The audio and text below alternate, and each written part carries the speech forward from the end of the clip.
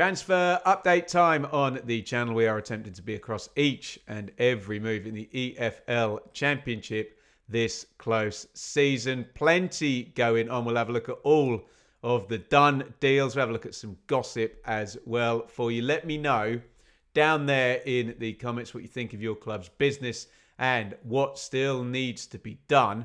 We're still in that nice sweet spot where players can come in and be ready to go and hit the ground running in round one, which is 8th, 9th, 10th of August. It'll get busy up until probably that first Monday in August. Then it'll calm a little bit, is normally the pattern, and then just ridiculous for the last week of August as the window, quote, slams shut. Normal housekeeping Thursday afternoon here, so if any deals are done right now or announced this afternoon, we'll do them in the next video. My sourcing, as ever, is transfer marked. If you think you know better than them about the fees, send them a strongly worded email. Let's start, as we always do, although it feels like we shouldn't start with the parachute year one teams.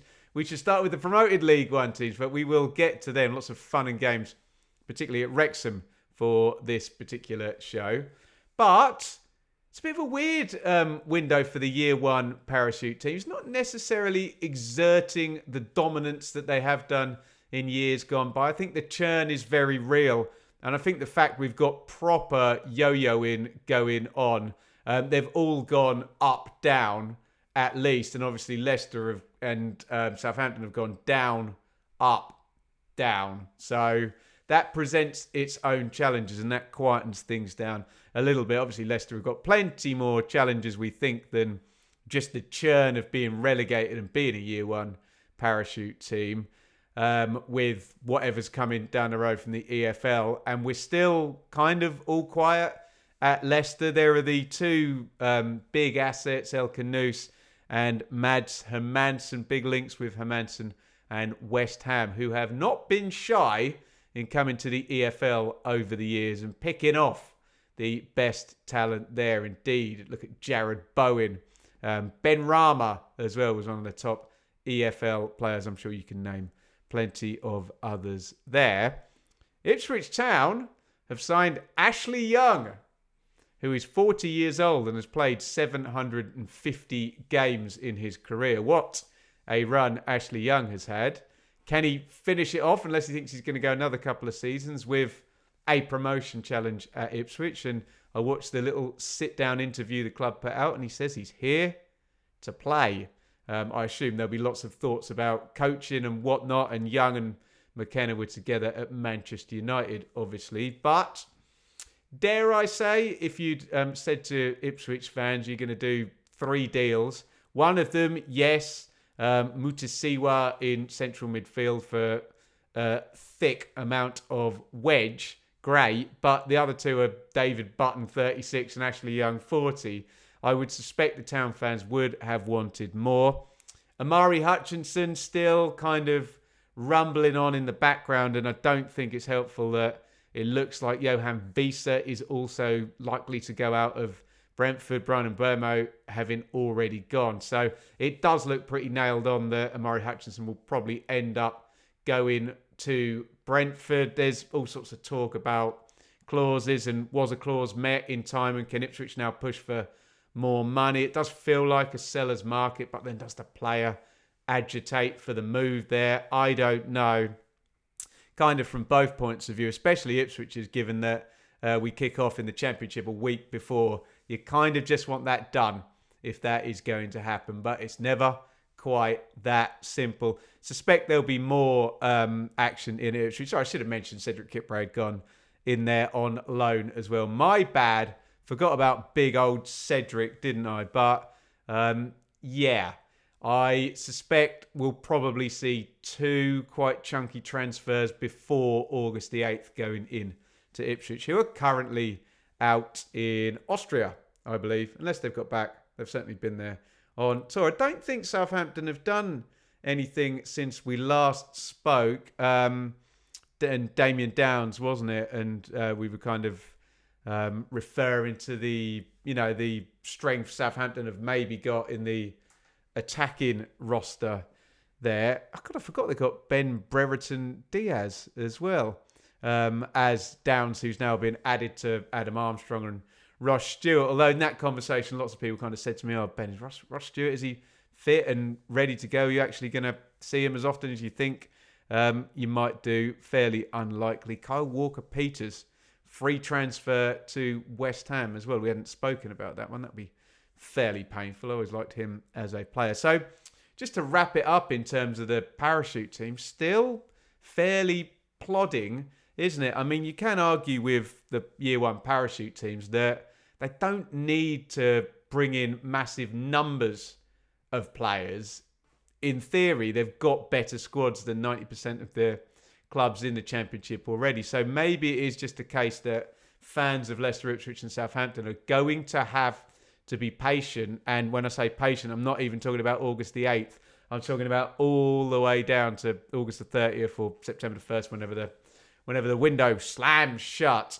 That it might be if you get the right 3 or 4 in and it takes the duration, that's the deal. But we have spoken a lot about clubs being able to steal a march on the churning year one parachute teams as they plod, use whatever word you like, through July and August. Get your thoughts in via the comments then on Leicester, Ipswich and Saints. We'll move on to the playoff losers.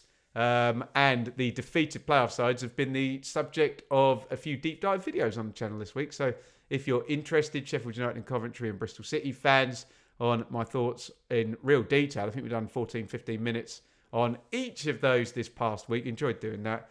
Check that out. Sheffield United have brought in another couple of faces. One of them particularly known to Ruben Selles. But let's talk about the one I have never heard of. Mihail, here we go, pronunciation. Polendakov, who, another one from Bulgaria. Is it? Am I reading my flags right there? I don't know whether I am. But yeah, 18-year-old right back. We've heard all about the data AI analytics from the new COH, excuse me, Sheffield United ownership there.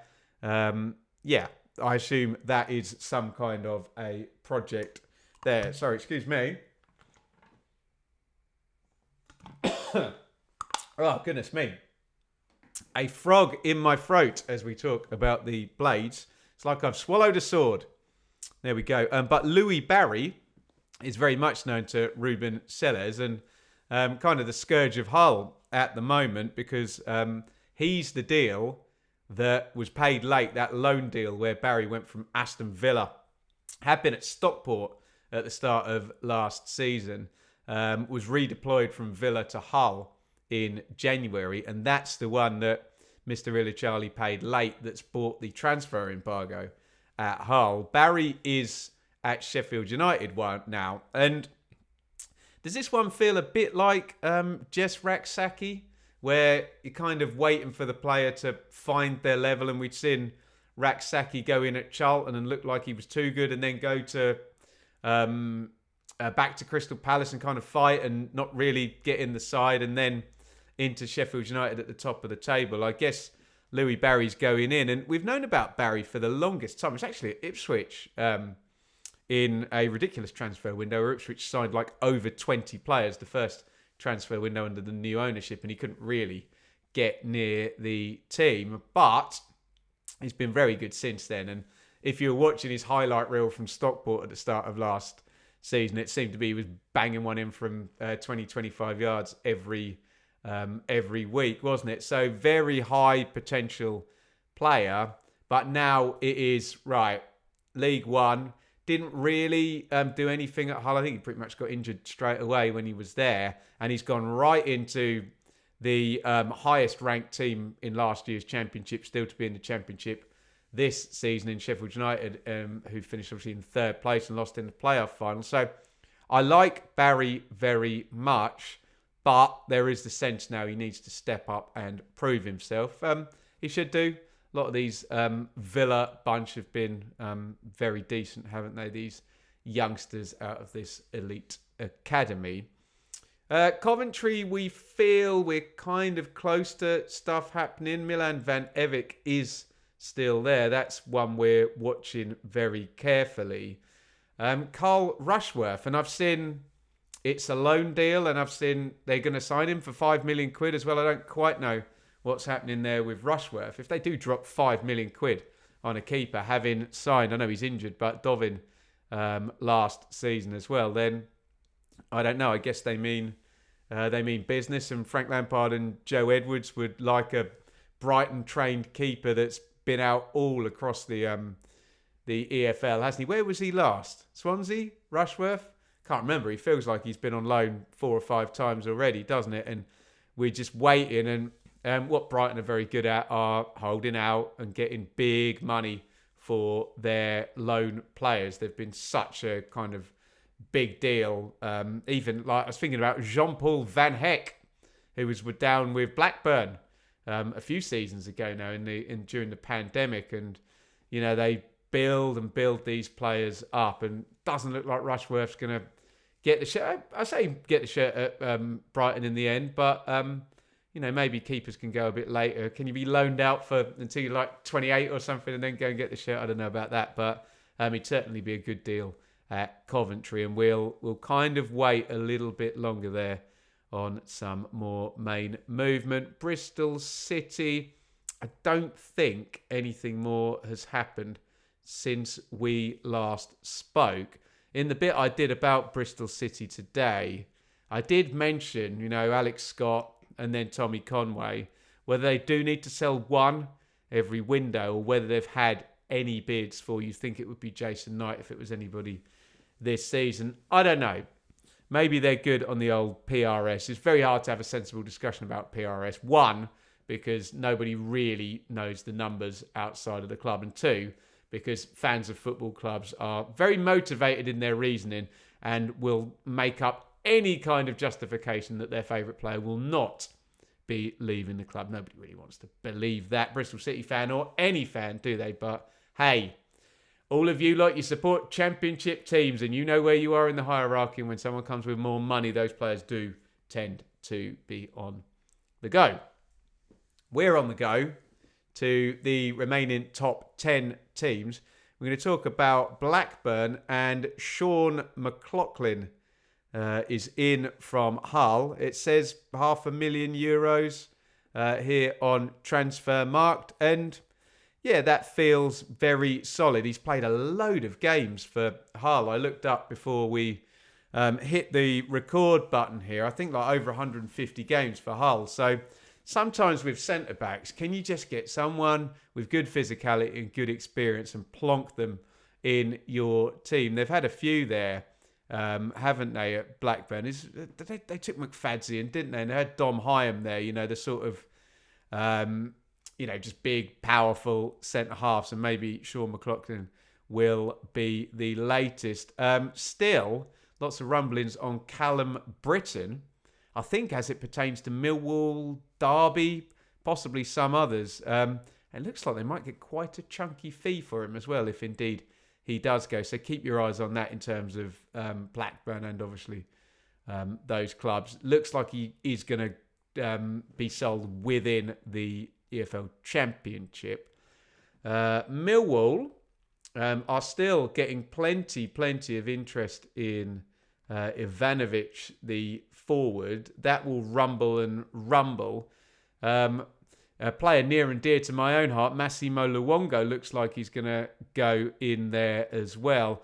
And they've done a permanent for Zach Sturge, speaking of highly rated academies, who's a left back, 21 years old, coming across London from west to east indeed, from Chelsea. So you would assume he would be Championship ready. I don't know. Is it someone tell me in the comments whether he's had loans before? But man, that Chelsea academy's churned out some players, hasn't it? Indeed. And look, if Millwall, I know there's money coming in for Fleming on the back end with that loan to buy deal that Burnley did. But if they do keep Ivanovic and Coburn is done, Sturge, maybe Luongo's going to be announced pretty soon. They're having a pretty good window, aren't they, Millwall? You gotta love it if you are a Wool fan, assuming there's no sales on the back end to kind of undermine it slightly, although it's a necessary evil a lot. West Brom, we talked about the parachute teams just doing a few, but, you know, they're needing to be the right people. Looks like West Brom are pushing the boat out a little bit. We'd already spoken about Nat Phillips and Hegebo, pronunciation, the Norwegian striker, where we think about €9 million has been dropped on those two. And another one, 1.3 million euros, it says, George Campbell, who I just thought of Cameron Carter Vickers when I looked at him. Big physical United States international centre-back coming from Montreal. I won't claim to know a lot about the player, but this is a market a lot of people are exploiting. And what I have to say I like about what West Brom are doing is that if you do switch over from someone who was, you know, was good as Carlos Corberan was, and had, you know, it was so, the team was so in his image, you've got to let future managers then build a team in their own image. And they've gone in on Ryan Mason. And, two centre-backs and a striker, you kind of build up. I don't necessarily believe in spines of teams as such, because good teams have good players all the way through the team, right, left, middle, whatever, and bad teams don't. But it does seem to be going that way. You sort out your centre-backs and your goal scorer first. And obviously, Daryl DK is there, another United States player as well. And it's something we've spoken about a lot. World Cup coming up, US owners everywhere, the Americanization of English football, and certainly maybe the level of player that's coming over are going to be more suited to coming into the Championship, maybe rather than the Premier League. The cream will obviously go to the Premier League and the top European leagues, but the Championship is a good destination for sure. Middlesbrough, still quiet. Rob Edwards came in probably a month ago now. Check my dates on that for me if you want. But we've spoken about Callum Britton links. Rav Vandenberg is still being linked with an exit, but pretty quiet. It's, we did our owners ranked video and we had Steve Gibson right up near the top. It's a rare summer where he doesn't, plonk a couple of players in the lap of his boss, or not his boss, he's literally the owner, but the boss he's got in charge of the team. You know what I was saying, especially when it's a new manager. So surely, I'm not going to sleep on Middlesbrough. Surely something is going to happen, especially being they've banked money for Josh Coburn. Maybe is the thing holding it up Hayden Hackney? I think we get some Premier League bids for Hackney. Maybe they're waiting to see what happens there and what comes in there. Just don't want to get shafted by waiting too long. And it felt like Latte Lath at the back end of the transfer window in January did exactly that to him. It literally went after the announcement was after the window closed, wasn't it? And you definitely can't react then. But that is my reaction to the top 10 and business. Let's move on to the middle order. Feels like Swansea went early and they haven't really done a lot since. We remember Inusa being an expensive one right at the start of the window, one of the first ones, along with Cam Burgess as well. My poor double promoted Ipswich team being broken up and spread around the Championship. Ricardo Santos, Bobby Wales, Ethan Galbraith we spoke about last time. I think that's about all she wrote for Swansea. And my God, Sheffield Wednesday. I mean, look, we've done plenty of sort of news videos about Wednesday. It's got so much worse since we last spoke in terms of outgoings. It looks like they got some money for Jedi Gusama. It says 2.4 million euros up to Rangers, but there's an undisclosed against Anthony Masaba as well to Samsunspor. I don't know how to pronounce it, Turkish team there. And now obviously with Windass and Smith, who we will be talking about later in this video because they've already got themselves gigs. It says here, Bannon for Mayo, Patterson, Smith, Hattus, or Hatsuse, can't pronounce it. Johnson, Armstrong, Heyman, Musaba, Ehekwa, Valentin, Windass, Wilkes, Kasama. All gone. Absolute carnage. They're not going to have any players left. I mean, you say no news is good news, and it's not a Sheffield Wednesday video, but it feels like it's been a relatively quiet few days. Is that good, or do we just want white smoke from Hillsborough and, you know, the new owner to be announced? Not good at all. It is good for Norwich, and we clipped out Norwich from the last bit to say what an excellent window they're having. And they've done literally this morning, Jeff Schlupp, who famously, he was with Leicester, wasn't he? He was a Premier League winner, wasn't he, with Leicester, and he's been up with Palace. He's only 32, actually. He seems to have been around forever and a day, doesn't he? And sometimes you just want to, you spoke about Ashley Young earlier, you just want to bring experience and standards and leadership into your squad, and some older players who can still do it. Jeff Schlupp would be that. We've already spoken about Grimshaw and Darling and Medic and Kovacevic and Wright and Kvistgarden. That's very, very exciting up the top end of the pitch. And the really interesting one is it's being reported now that the deal for Josh Sargent, which was it Werder Bremen in Germany? No, Wolfsburg? I can't remember. He'd been in Germany before Sargent, hadn't he? But that was the big link, and we've all kind of said, oh, well, it'll be Sargent going out. Sainz has already gone. Maybe Nunes as well. But Sargent is still there, and I don't know, is there a universe they do all of these deals and they actually manage to keep hold of him? I don't know whether they can do that with the PRS, but we'll see. Did I say PR? I keep saying that. That's the Performing Rights Society. PSR. Sorry. I think I might have said that earlier in the video. PSR. If anyone's come for me in the comments, I've corrected myself there. So stand down, pedants in the comments. All these bloody acronyms. Yeah, PDG, pretty damn good, is an acronym for Norwich's transfer window.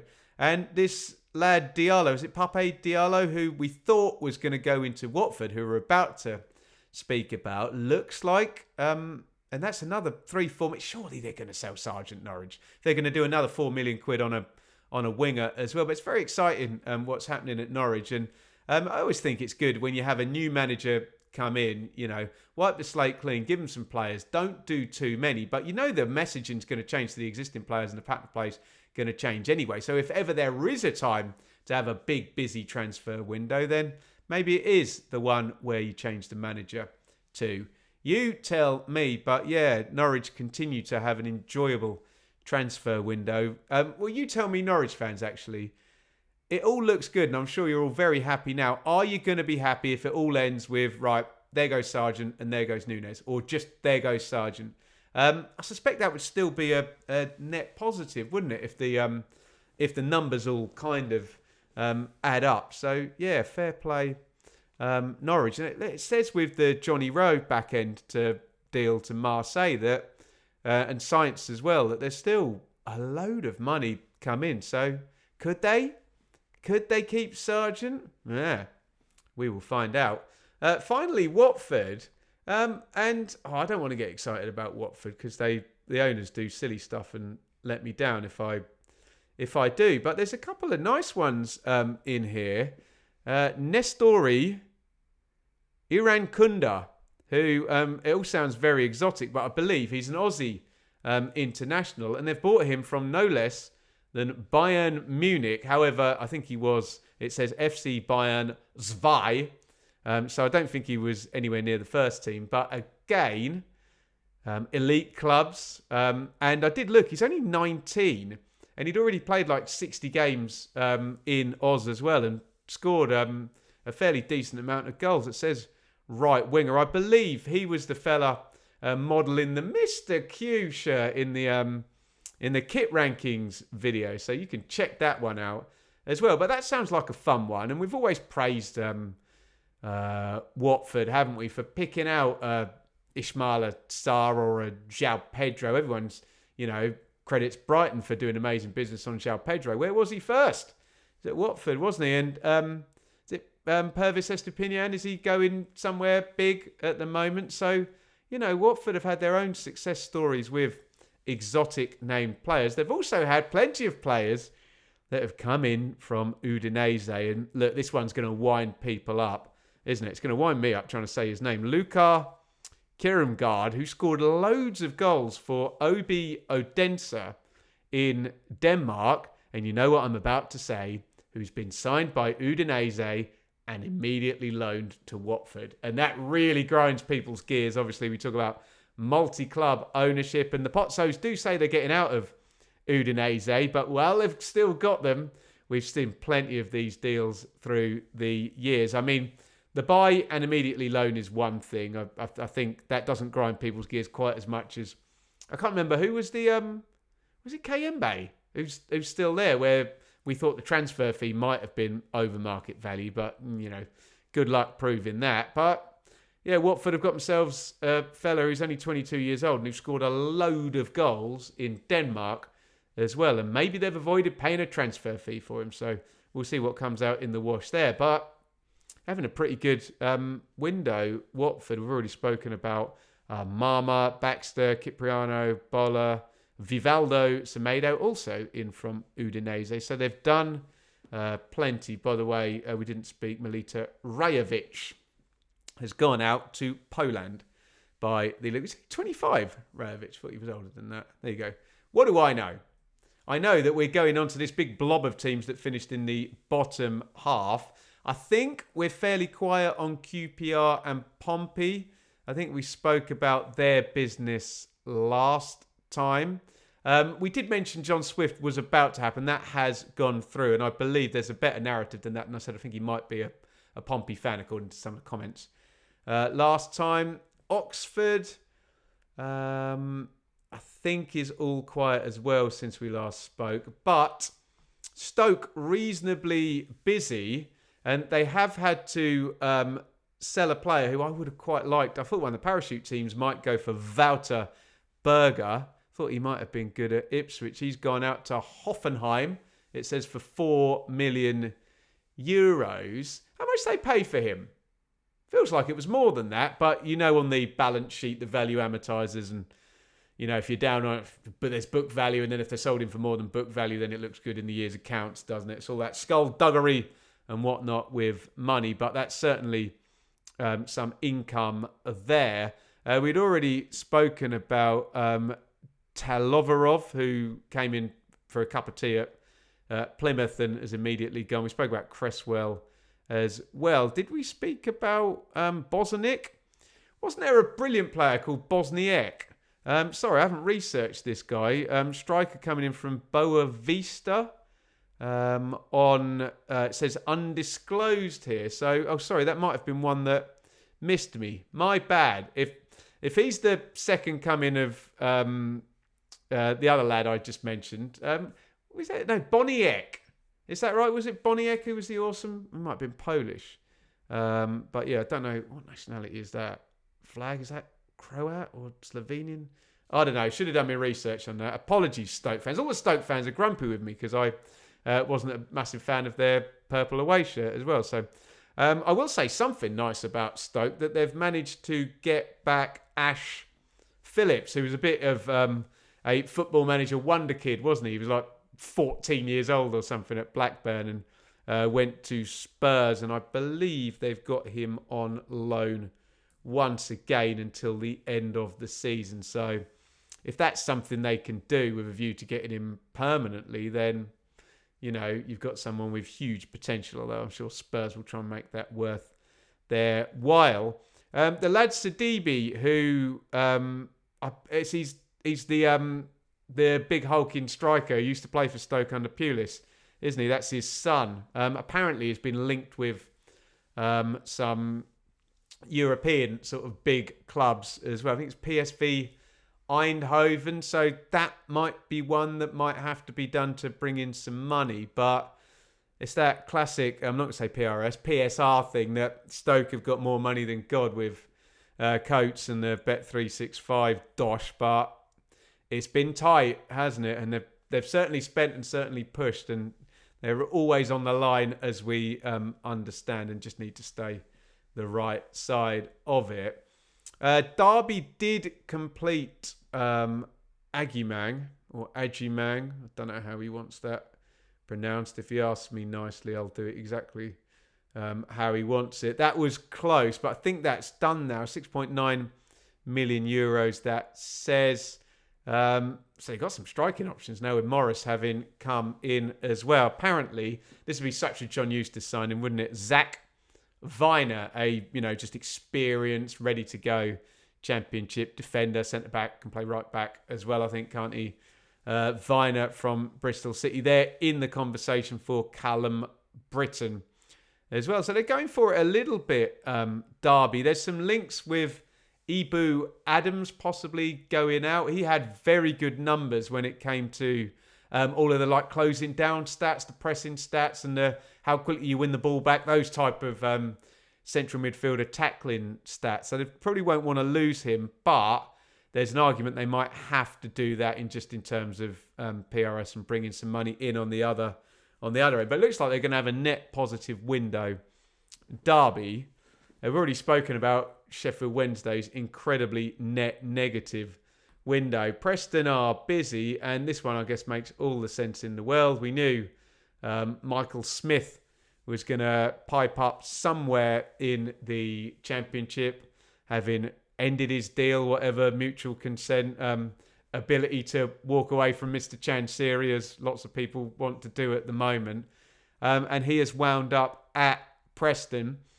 Tell me if I was being unkind. I said last time, not on this series, but I said on a Sheffield Wednesday video, that the idea in my head is that Smith is just goals in League One and kind of all right at Championship level. He did score that amazing goal down at Fratton, didn't he? I remember Sam was commentating or co-commentating on that one. He swazzed it in the top corner with Ben, didn't he? Brilliant goal by Smith. And I'm sure Paul Heckingbottom will definitely find use for him, especially being they did the Emil Rees contract ran down and he's gone off to Bristol City, and that was a big physical striker, and they've got themselves another big physical striker with loads of experience, loads of goals as well. So that is Preston. Hull are embargoed, aren't they, or under a fee restriction for the pedants that want to correct me. We believe they can't do any kind of fee even for a loan, and they can't go over £7,000 per week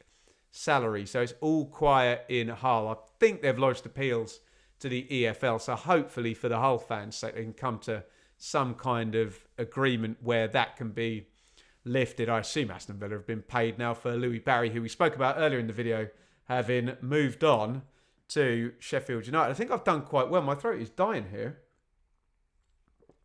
which is not massively positive, being as I've got to sing at a gig at the weekend. Shall I plug it? If you're up in the northeast, it's the AYC Live Festival. It's out near Darlington, playing with That's So 90s, hitting the stage at 5:15. DM me if you want. Let's see if we can help you out getting in there if you are up in the northeast.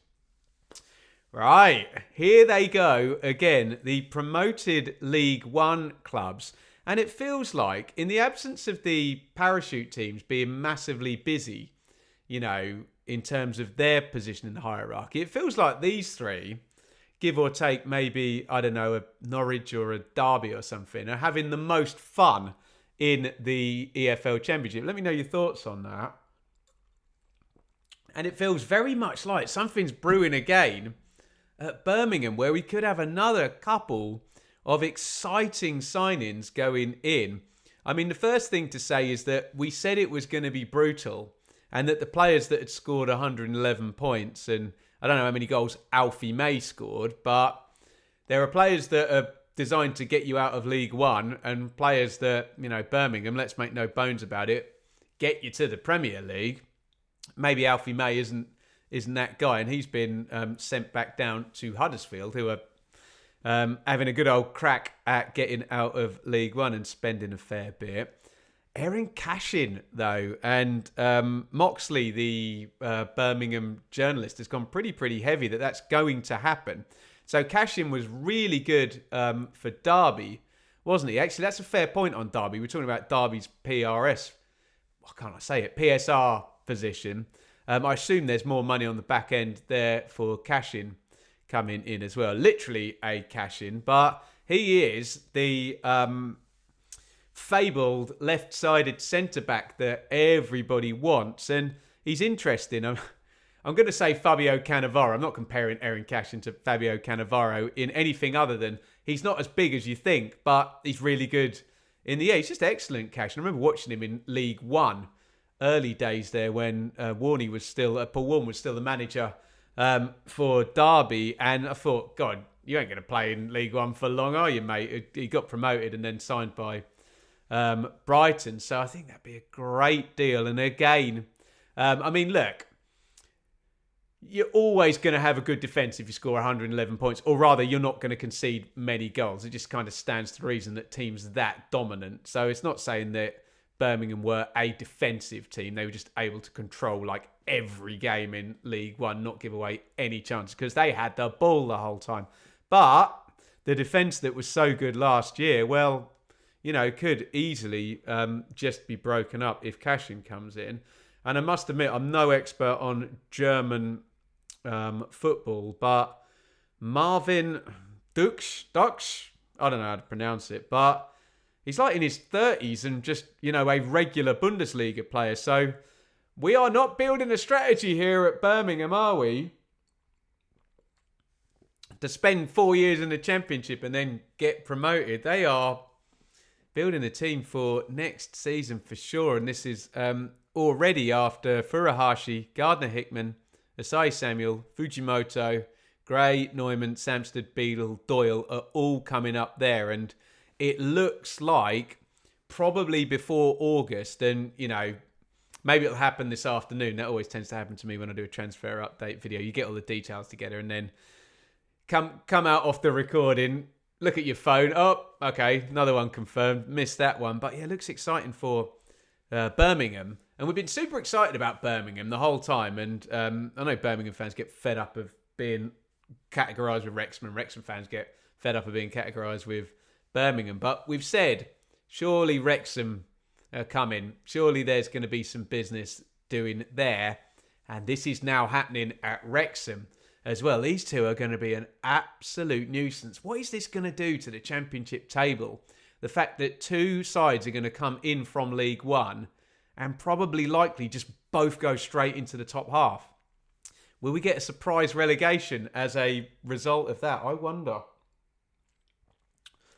So, Wrexham, I mean, we'll talk about Josh Windass first, purely on the basis that I have to scroll all the way down on my iPad to a W for Wrexham. But, I mean, that's just an easy pickup, that. Really like Windass, totally ready to go next season. 31. I mentioned in the Sheffield Wednesday video about the release that Sam and I were talking about him, you know, playing off the front in it was either our team of the half season or our team of the season.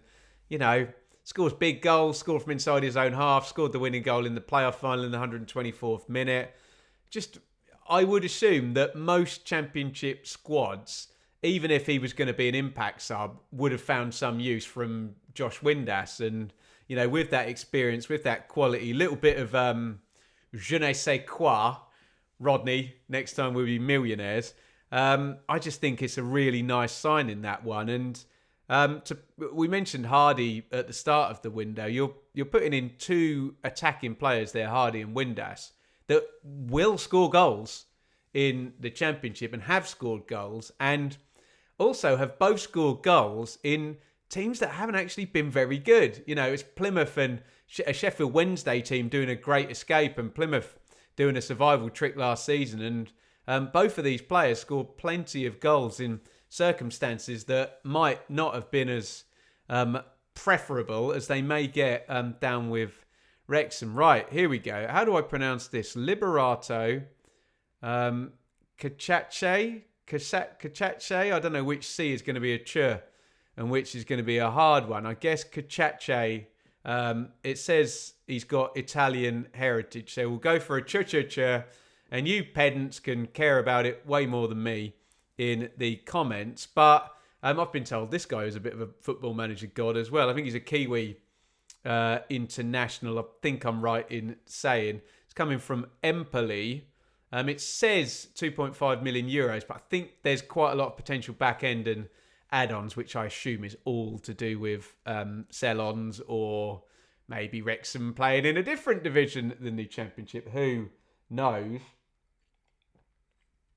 But that is, I think it's a club record for Wrexham. I think it goes past the deal they did for Sam Smith. Was that last season? I think it was last season, wasn't it? That Wrexham did that one. And you tell me, they're going to break their transfer record again. Look, we can talk about Lewis O'Brien in a minute. That might literally be the deal that breaks it, isn't it? But there's one more that's come in, George Thomason. And, I mean, this happens a lot with promoted teams coming out of League One. Maybe not Birmingham, who are, going worldwide. But certainly mentioned Charlton. You go back and you pick the best players that you played against last season. And they've gone for George Thomason, who's played loads of games, only 24 in central midfield for Bolton. So this idea that Wrexham are coming, there's going to be more. And the transfer record, I'd imagine, will probably go. Again, they've got revenues to die for. If you look at Swiss Ramble or Kieran Maguire's analysis, I think when they were in League Two, Wrexham were doing revenues, certainly commercials, better than most of the Championship, or at least half of the Championship. So they're very competitive already on the money that is coming in. And Lewis O'Brien would be a really good one. I like him a lot. Obviously, memories of Carlos Corberon's Huddersfield side getting to the playoff final. And we spoke about Cashin possibly going in at Birmingham, the left foot premium as well. Just balance for your team.